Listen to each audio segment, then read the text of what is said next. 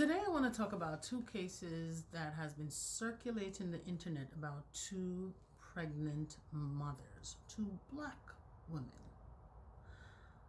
Case number one, the mother was in the triage of the hospital being asked intake questions while she was in active labor, while she was in agony, while she was screaming for help, while she was displaying clear signs that she was in labor. As a nurse, this concerns me because yes, there is the nurse that's doing the intake that is clearly wrong, but where are the other nurses? You do not need anyone's permission to show up and do your job.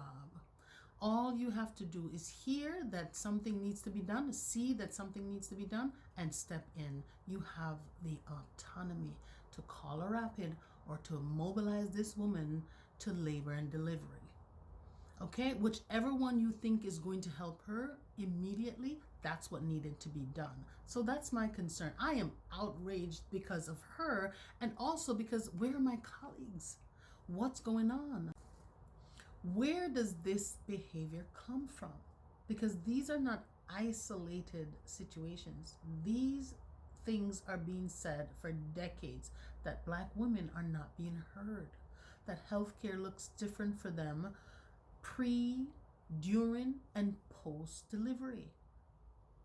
It comes from biases, it comes from lack of accountability, and it also is coming from a broken system.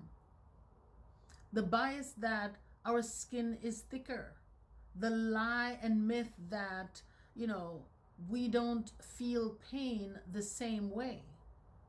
It also comes from people checking off boxes instead of looking at the patient and seeing that you need to act based on what you're seeing and not just checking off what's on a list.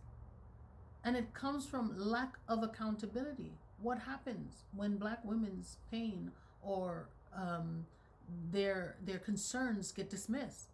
What happens in the hospital? These are some things that we have to look into and really make sure that when we as Black women go into hospital, we are doing one thing.